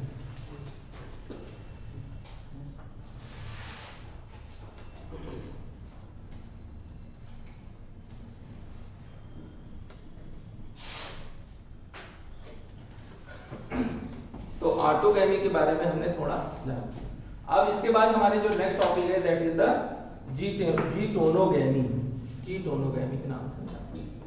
इसके मुकाबले जीटोनोगैमी थोड़ा ज्यादा इंपॉर्टेंट है क्योंकि उसमें फ्लावर डिफरेंट होगा लेकिन प्लांट एक होगा, और इसमें फ्लावर जो है एक ही होगा। बस ये ध्यान रखना है, उसमें प्लांट एक ही होगा। फ्लावर दो, एक प्लांट में दो फ्लावर हो सकते हैं ना, तो एक फ्लावर से दूसरे फ्लावर में अगर जाए उसी प्लांट में तो जीटोनोगैमी जो हम लोग पढ़ेंगे, और एक ही फ्लावर में होगा तो उसे हम लोग कहेंगे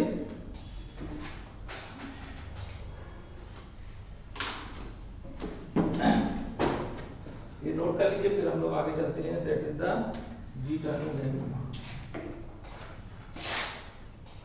ये बनाया था किसी ने? Yes sir.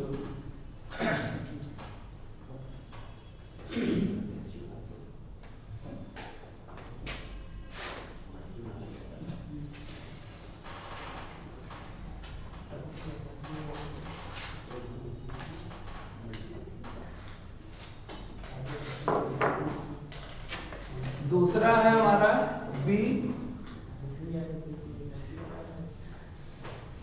जीटोनोगैमी। अब जीटोनोगैमी क्यों कहते हैं इसको ये बताओ। क्योंकि एक प्लांट है, उसके दो फ्लावर हैं, दोनों जेनेटिकली सिमिलर है ना, दोनों में जीन्स एक जैसे हैं ना, इसलिए इसको जीटोनोगैमी कहते हैं। तो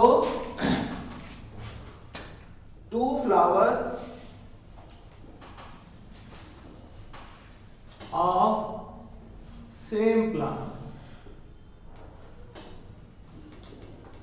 of same plant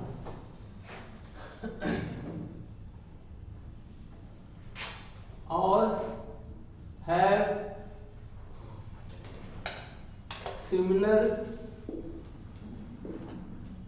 similarity in genetic character, in genes। ये ओरिजिनल में है ऑटोगैमी, क्योंकि जब जीन्स ही सेम है तो काहे का फर्क। तो इसको ये मोर और लेस ऑटोगैमी में भी कभी कभी लोग इसको कैरेक्टराइज कर देते हैं। तो कैन पुट अंदर ऑटोगैमी, कभी कभी इसको पुट कर सकते हैं ऑटोगैमी में। तो इसके बारे में ये पॉइंट लिख सकते हैं, कैन पुट अंडर ऑटोगैमी।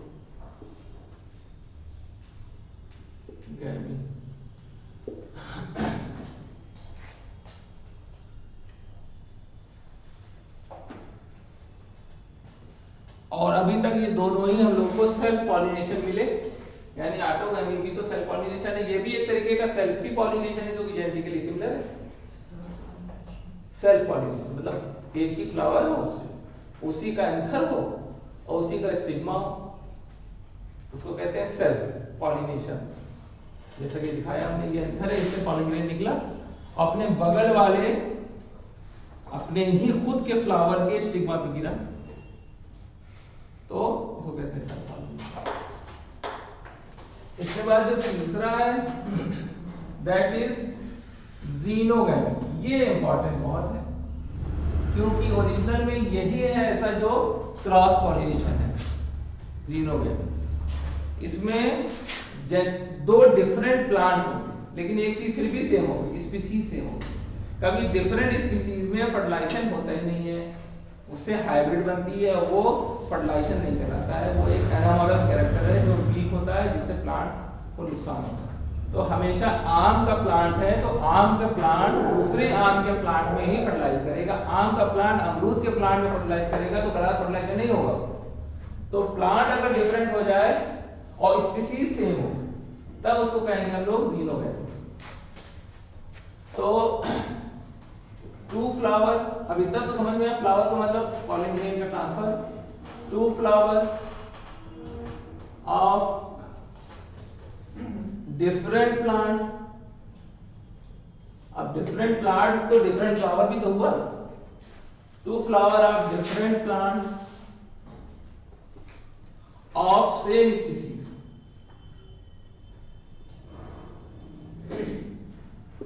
ये ओरिजिनल में क्रॉस फर्टिलाइजेशन है और इसको हम लोग एलोगैमी और हेट्रोगैमी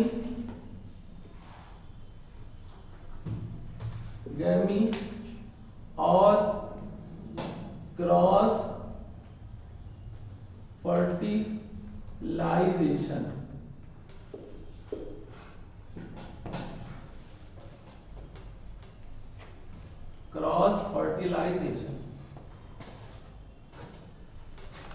इसको लोग कहते हैं क्रॉस फर्टिलाइजेशन। ये ओरिजिनल में जीनोगैमी ही ट्रू एलोगैमी है, एलोगैमी को भी क्रॉस कहते हैं। कभी भी स्पीसीज मत बदल लीजिएगा कि आम का जो है अमरूद में भेज दिया पॉलन के लिए, अमरूद का जो है वो किसी और में भेज दिया, स्पीसीज बदल जाएगी तो फिर वो क्या होगा, फिर वो हाइब्रिड फॉर्मेशन होगा, फिर वो सरवाइव कर भी सकता है नहीं भी कर सकता, करने के चांसेस बहुत कम होते हैं, लेकिन प्लांट में फिर भी होते हैं, एनिमल में तो बिल्कुल नहीं होते।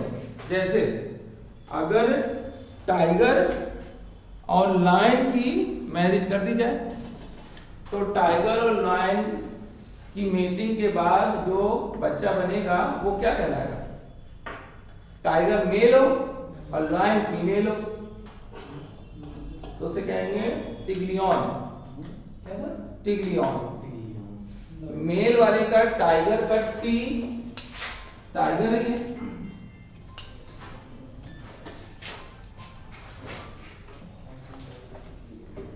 टाइगर का टी मेल है ये, और फीमेल क्या है लॉयन फीमेल है, तो टिग यहां से लिया और लियन यहां से ले लिया, टिग्लियन। टिग्लियन नया बन गया जिसके अंदर टाइगर के भी कैरेक्टर होंगे लॉयन के भी होंगे। तो क्या ये ट्रू हुआ? नहीं, जो टिग्लियन बनेगा वो अपनी स्पीसीज आगे टिग्लियन के साथ मेट करके स्पीसीज नहीं बना पाएगा। ये जो टिग्लियन बनेगा ये स्ट्राइल होगा, इसके अंदर पावर ही नहीं होगी अपनी प्रोजेनी बनाने की। तो कभी भी अगर प्रोजेनी बनती भी है और वो आगे अपनी प्रोजेनी नहीं बढ़ा पाता है तो उसको स्पीसीज नहीं कहते हम लोग।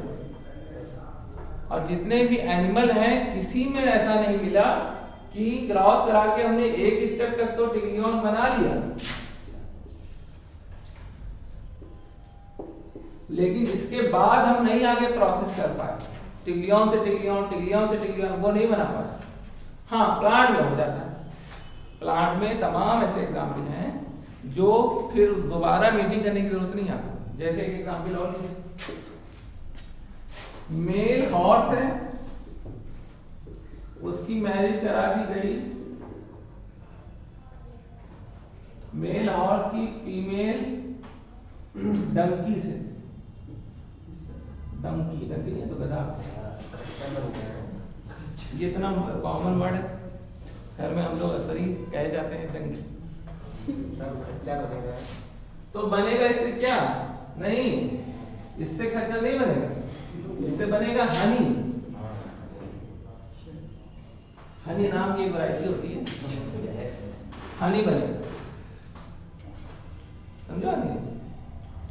और अगर खच्चर जो तुम कह रहे हो उसमें मेल डोंकी लेना पड़ेगा, मेल डोंकी और फीमेल हॉर्स, फीमेल हॉर्स तो बनेगा क्या? खच्चर जिसे कहते हैं म्यूल, ये बहुत कॉमन है, लेकिन म्यूल अपनी प्रोजेनी आगे नहीं बढ़ा सकता। कोई भी मेल कोई भी एनिमल्स में जो भी स्पीशीज बनती है कभी भी अपनी स्पीशीज आगे नहीं बढ़ा सकती, सिर्फ प्लांट बढ़ा सकते हैं। इसलिए मेल में तो क्रॉस फर्टिलाइजेशन यानी इस टाइप का क्रॉस फर्टिलाइजेशन नहीं, वो स्पीशीज टू स्पीशीज वाला, दोनों अलग स्पीशीज है ना। जैसे लायन को क्या कहते हैं? पैंथेरा लियो, और टाइगर को कहते हैं पैराटिग्रिस, है ना।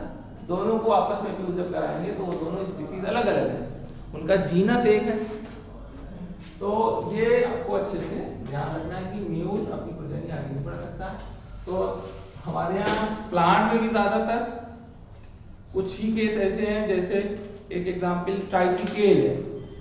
ट्राइटिकेल एक प्लांट जिसको हमने बनाया कैसे, ट्राइटिकम यानी गेहूं का पॉलिनेशन करा दिया राई से, सीसेल कॉर्प। तो राई का और गेहूं का जब पॉलिनेशन करा दिया तो एक नई प्रोजेनी बनी जिसे कहा ट्राइटिकेल। अब ट्राइटिकेल में दोनों के कैरेक्टर है, किसके किसके, ट्राइटिकम वल्गेर के यानी हाँ गेहूं के और राई के, ठीक है, दोनों के कैरेक्टर। अब दोनों के जो कैरेक्टर हैं वो दोनों मिलके एक प्रॉपर्टी, एक प्लांट में दोनों की प्रॉपर्टी आ गई। अब ट्राइटिकेल को बार बार नहीं बनाना है, अब वो बन गया। दूसरा एग्जाम्पल है पोमैटो।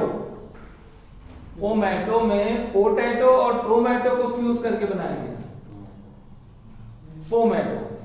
टोमेटो यानी टमाटर और पोटैटो यानी कि आलू। तो उस प्लांट में आलू जमीन के अंदर ग्रो हो रहे थे और टोमेटो जमीन के ऊपर ग्रो हो रहे थे, तो दो चीज एक साथ हो रही थी।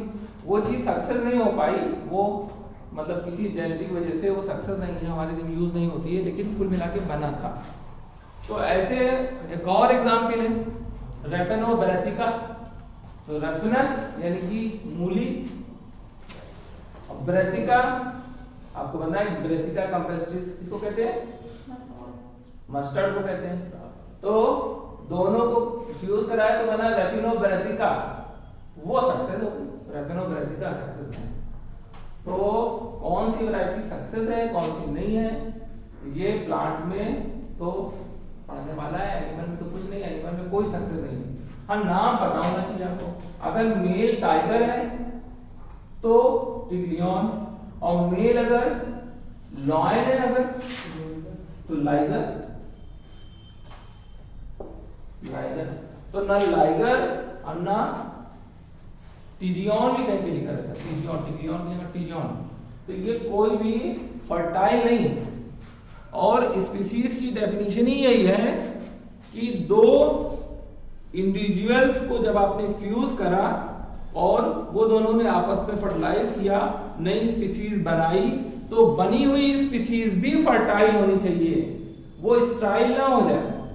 अगर वो स्टाइल हो गई तो ये ट्रू फर्टिलाइजेशन या स्पीसीज की डेफिनेशन में नहीं आएगा।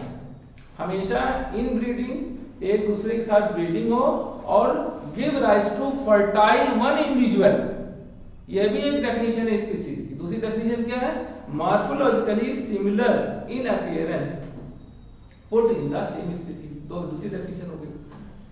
तो ये मॉर्फोलॉजी सिमिलर वाला स्पीसीज में प्लांट में हम लोग यूज करते हैं, और give rise to fertile one ये एनिमल में ज्यादातर स्पीसीज। ये हम लोग कहीं ना पढ़ेंगे तो एक बार और सब आएगा। तो बहरहाल इतनी बात हमारी हो गई, तो जीनोगैमी भी हमारी हो गई। अब हम लोग कुछ वर्ड्स बात करने जा रहे हैं। जीनोगैमी में क्या है, प्रॉपर्टी क्या है इसकी, थोड़ा सा इसके एडवांटेजेस बहुत है, मतलब इससे नए कैरेक्टर आएंगे, वेरिएशन आएंगे। इसका भी कहाँ टाइम हो गया, अभी हमारे ब्रेक क्या है, 10 पे जाएंगे, 10:15 पे जाएंगे।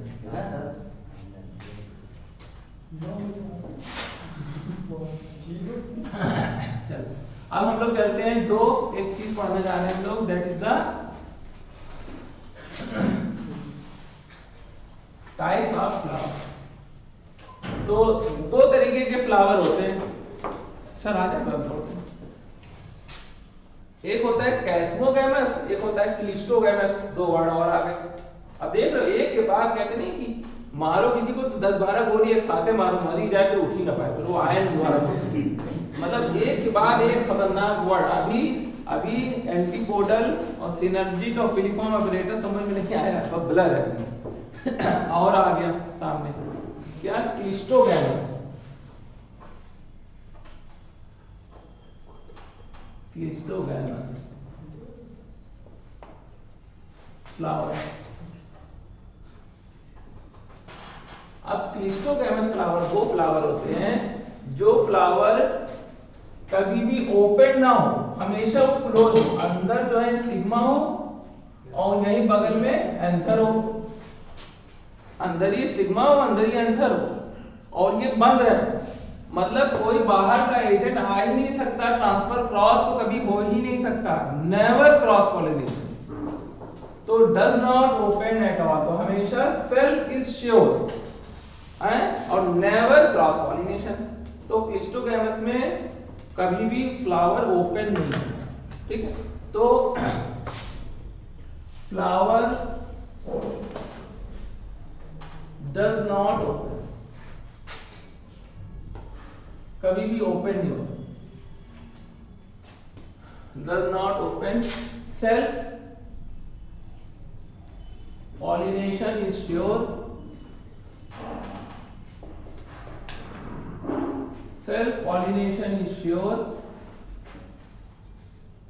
cross never,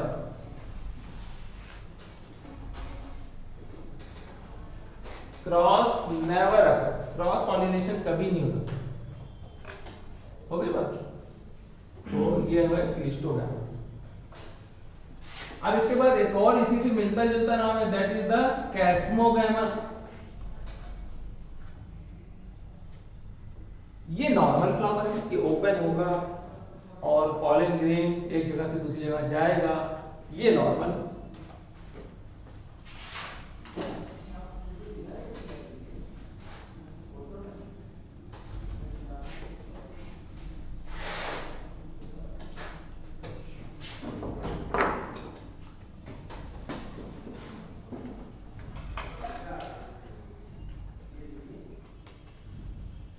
Flower is open,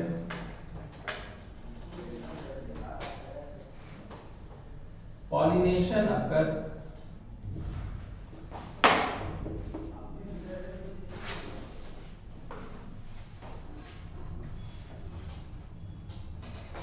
by allogamy, जो नॉर्मल होता है। ये दो बातें हो गई, तो कैस्मोगैमस क्लिस्टोगैमस दोनों समझ में आ गए। अब क्या होता है, अब कोई ऐसे 3 प्लांट बताइए जिसमें दोनों तरीके के फ्लावर होते हो, ठीक है। तो ये आपको इंपॉर्टेंट पॉइंट है। तो the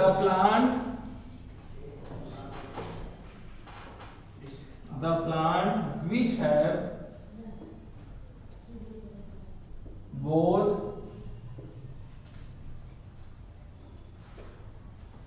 cleistogamous and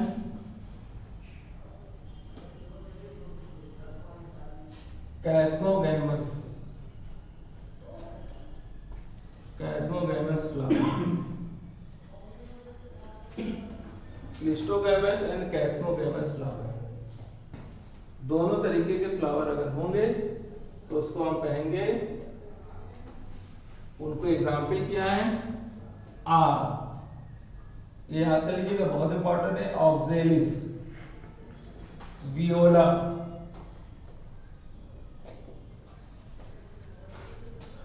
oxalis, Viola, और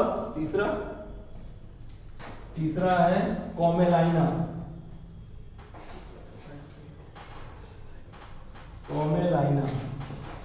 तीन आपकी बुक में दिए हैं, और एक और है इम्पैटियंस,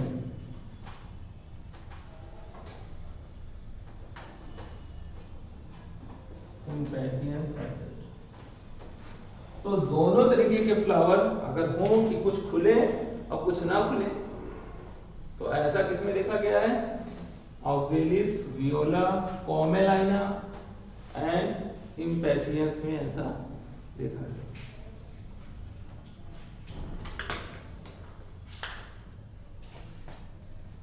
ठीक है,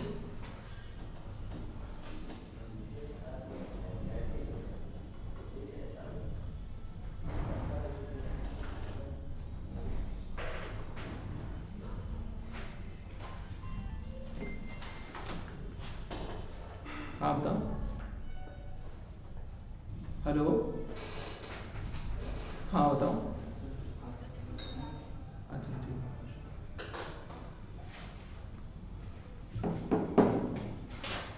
तो हम लोग अब क्लास जो है एंड करते हैं।